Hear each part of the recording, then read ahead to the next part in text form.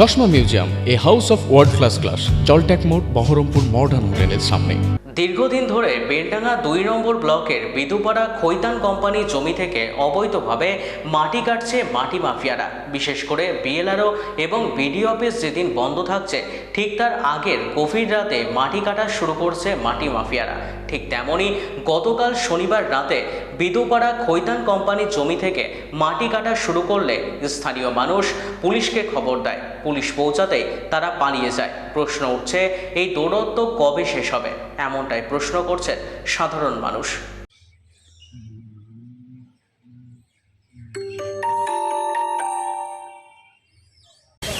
খৈতান কোম্পানির যে মাঠ আছে বিদুপাড়ার সংলগ্ন খৈতান কোম্পানির জমিতে গত রাত্রে আগের মতোই বেলডাঙ্গা 2 পঞ্চায়েত সমিতির সদস্যা মানেজা বিবির হাজব্যান্ড হাসেন শেখের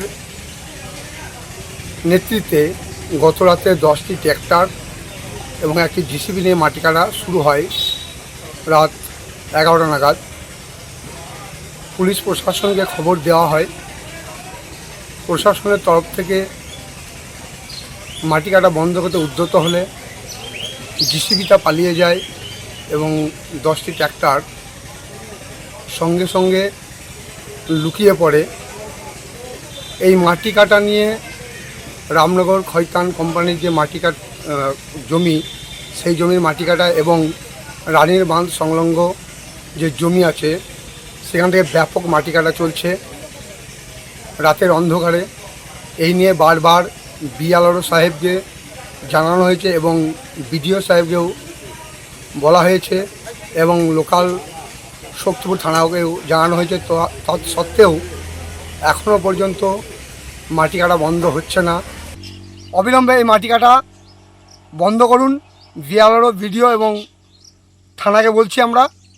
আর যদি এটা না হয় তো ভারতীয় জনতা পার্টির কার্যকর্তা শক্তিপুর এলাকার এবং রেজিনগর এলাকায় যারা আছে আমরা বৃহত্তর আন্দোলনের পথে যেতে বাধ্য হব। আমাদের বেলডাঙ্গা 2 ব্লক মুর্শিদাবাদ জেলার শক্তিপুর থানা এলাকার মাটির অবৈধ কারবার দীর্ঘদিন ধরে চলে আসছে। আমরা বিভিন্ন সময় পূর্বে সংগঠনগতভাবে সামাজিক সংগঠনের মাধ্যমে বিএলআরও এবং বিডিও সাহেবদের কাছে বারবার জানিয়েছি। দেখেছি কিছুটা হয়তো কাটা বন্ধ হয়, মাটি অবৈধ কারবার বন্ধ হয়, তারপর আবার যা অবস্থায় ফিরে আসে, একই অবস্থায় ফিরে আসে।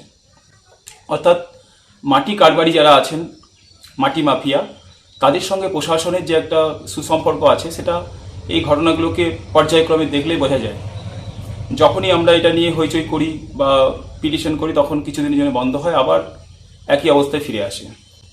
তো আমরা দেখলাম যে নির্বাচনের সময়ে ব্যাপকভাবে এলাকাতে মাটি কারবার চলল দিনের আলোতে। এদিকে প্রসাদপুর থেকে মাটি একদম থানার সামনে দিয়ে আসছে, এদিকে বিদুপাড়া, তারপর রানীর বাঁধ, তার পাশে যে বিল সেখান থেকে মাটি কাটা হচ্ছে ব্যাপকভাবে। এখন এটা পরিষ্কার হয়ে যাচ্ছে আমার এই ঘটনার মধ্যে দিয়ে যে বিএলআর অফিসের সঙ্গে মাটি মাফিয়াদের একটা ঘনিষ্ঠ যোগাযোগ আছে। কারণ বিএলআর সাহেবের সঙ্গে কী কথাবার্তা হচ্ছে সেটা থার্ড পার্টি মাটি মাফিয়ারা তারা কী করে জানতে পারছে। তো এই বিষয়টা আমি চাই যে এই অবৈধ কারবার যদি বন্ধ না হয় তাহলে আমাদের এলাকার বিভিন্ন নয়নজলি সেগুলো বন্ধ হয়ে যাবে, জল নিকাশি ব্যবস্থা ভেঙে পড়বে।